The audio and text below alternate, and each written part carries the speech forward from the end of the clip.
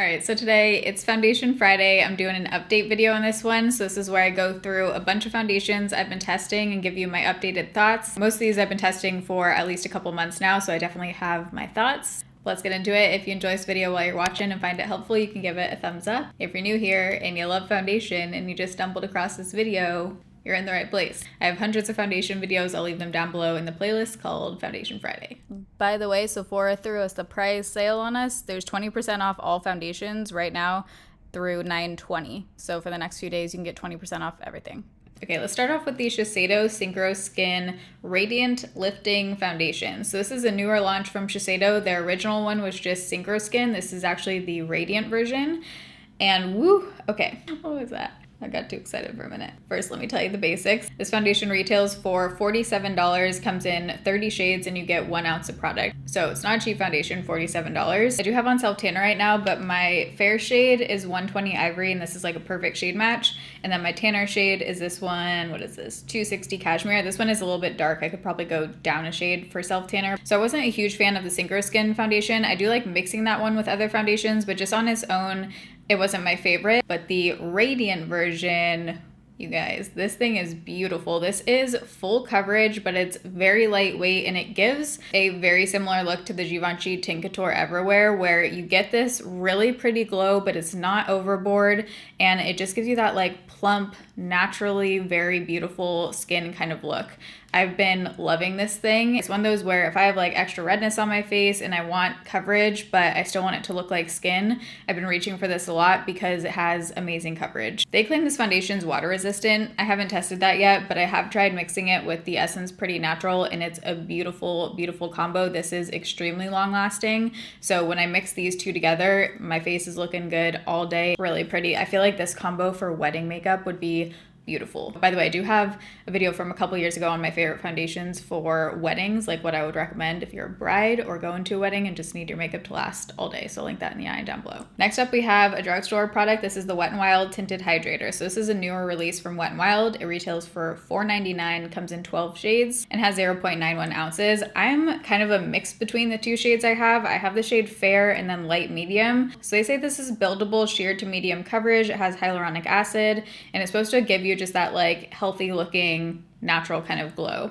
So I have mixed feelings on this one. As far as coverage, I would say it's light to medium coverage, depending always on how much you use and how you apply it. If you're just putting a little bit on with your fingers, I mean, you're definitely going to get sheer coverage, but you can get, I would say, like highlight, very low medium coverage. I love the finish of this. It has a nice, beautiful, dewy finish. There's just something about this, I don't know, I'm not like dying to reach for it. When I'm going in with lighter coverage and I want my skin to look super healthy and dewy, I just feel like I have other options that I would reach for over this one. And it's the kind of thing where when I put this one on, I do feel like I always want to add something over top, whether it's like another foundation or a little bit of concealer, which is fine for light coverage. Like sometimes you got to do that, just add some concealer. But there's just something like missing in this one for me. I do think it's pretty. I think a lot of people will love this. It has a really nice finish, and it's $5. So if you like light coverage and a dewy finish, it could be potentially worth checking out. Next up is a foundation I haven't heard anyone talking about on YouTube. This is the Ciate Extraordinary Foundation. This retails for $34, comes in 21 shades, and has 1.69 ounces of product, so that's a lot.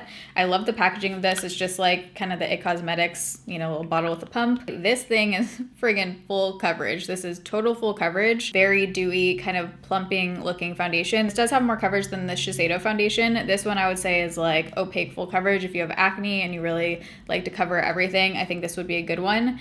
This one on me doesn't wear bad throughout the day, but I do tend to get creasing on my upper lip, so I just kind of go in lighter and with a sponge on my upper lip, and that does help out. It's not like total, you know, amazing wear on my skin, but I think it might just depend. It could wear beautifully on your skin. My light shade is vanilla, and then my tanner shade is silk, and I love the undertone of the vanilla shade. Actually, both of them have really nice undertone. One of their claims is that this blurs, and I see where they're going with that. I wouldn't say it's like a, you know, super blurring, whoa, airbrush looking foundation, but it does really soften the skin. Because it gives you that plump look, it does just kind of soften everything out. So next up we have the new MAC Studio Radiance Face and Body Foundation. So I did a whole review on this. I'm gonna link it down below. Any of the products that I have single reviews on. I'll definitely link down below next to the name of them in the description box. But basically, MAC reformulated their like cult classic face and body foundation. Some people say it's the exact same formula. Some people think it's totally different. I'm definitely in the group that thinks this is a completely different formulation, and in my opinion it's not nearly as good as the original. So this foundation retails for $35, but you get 1.7 ounces of product. It comes in 30 shades, and I find the coverage of this to be similar to the original, but the finish is totally different. It's an extremely glowy finish, way glowier than the original face and body. The way that I have been liking using this is, say I put on a foundation that is just really matte and too just not skin-like looking, I need to add like a little bit of dimension, I'll go in with this on a sponge and just press it in, and it adds a really pretty glow over top without adding a lot of product, because it is extremely liquidy and like a sheer kind of formula. So when you add it on top, it's not adding like a full other big layer of foundation. Let's do this one next along those same lines. This is the Makeup Forever Water Tone Foundation. So again, this was like a new version of their old face and body foundation by Makeup Forever. This one retails for $37, comes in 20 shades, and has 1.35 ounces of product. Story for you on this one, when I was doing the research for this video, I was going through and writing down like, you know, the size, the price, all of that. On Sephora's website and on Makeup Forever,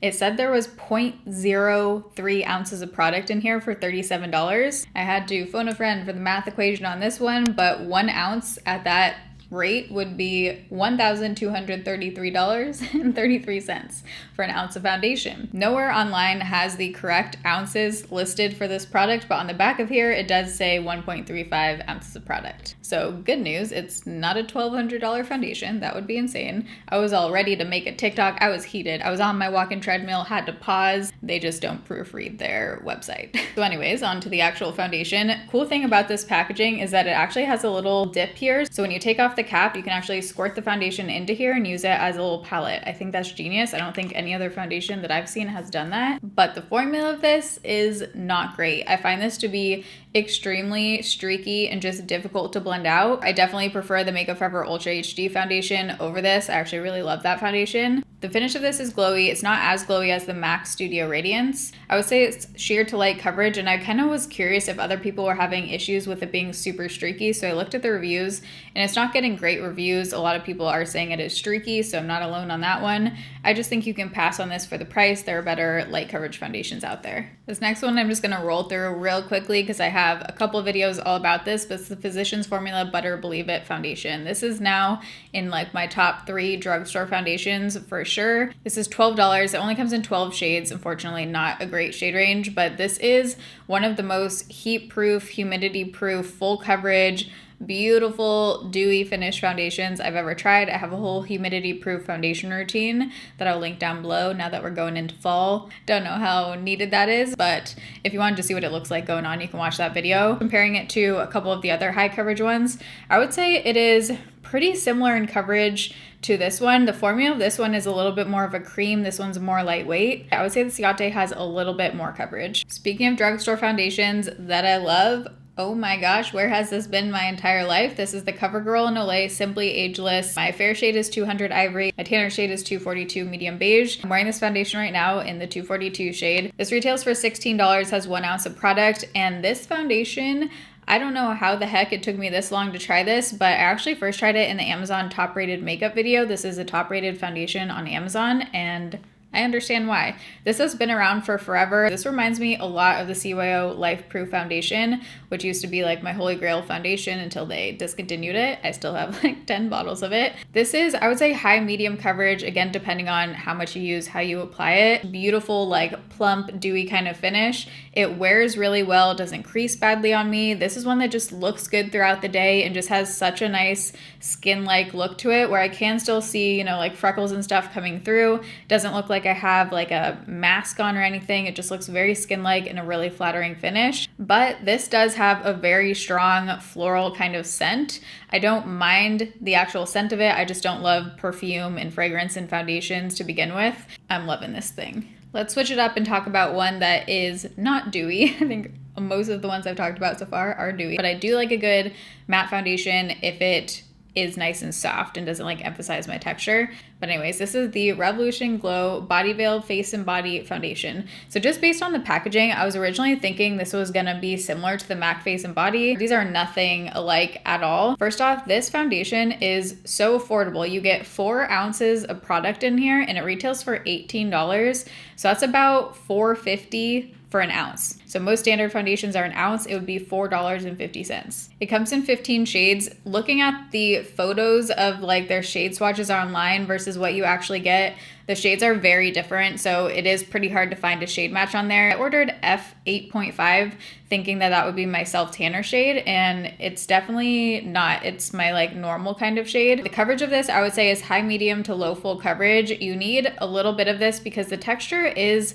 a little bit on the heavy side. It can crease and it can feel a little bit too heavy if you apply too much, so I do like to use a sponge with this one. The finish is a satin finish, so it's not too glowy. I do like this foundation, but it can be a creaser if you use too much of it, and it is one of those that when I put it on, I feel like my pores are a little bit too emphasized, so I almost always want to go in with like a pore blurring powder around my nose and definitely a pore filling primer beforehand. I don't think this one is for dry skin or if you have a lot of texture. One of their claims is that it's lightweight, and I would not call this a lightweight foundation. I don't think it feels like too heavy cakey, but it's definitely not lightweight in the sense that like this is. All right, Tarte C Hydroflex foundation.